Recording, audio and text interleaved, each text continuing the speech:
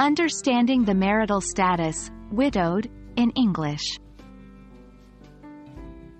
Hello, learners. Welcome to another interesting lesson on our English language journey.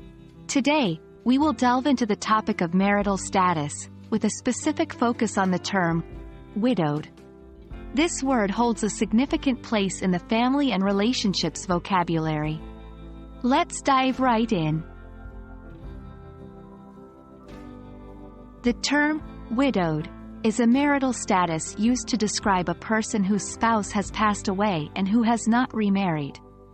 This term is universally understood in English-speaking cultures and societies. Remember, widowed refers to someone who has lost their spouse through death. Let's now look at some examples of how widowed can be used in sentences. It will help you better understand and use the term in your everyday English.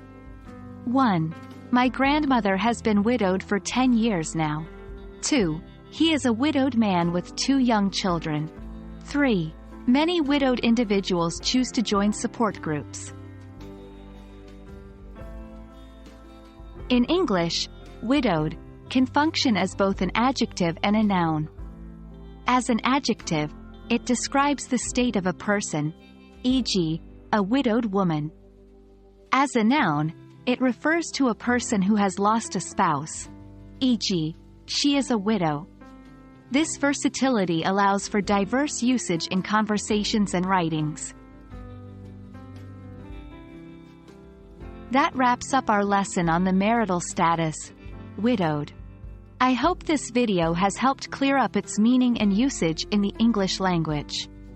As always, practice using widowed in your own sentences and conversations to get the hang of it. Stay tuned for our next lesson, where we will continue to explore more on the topic of family and relationships vocabulary. Until then, keep practicing and happy learning.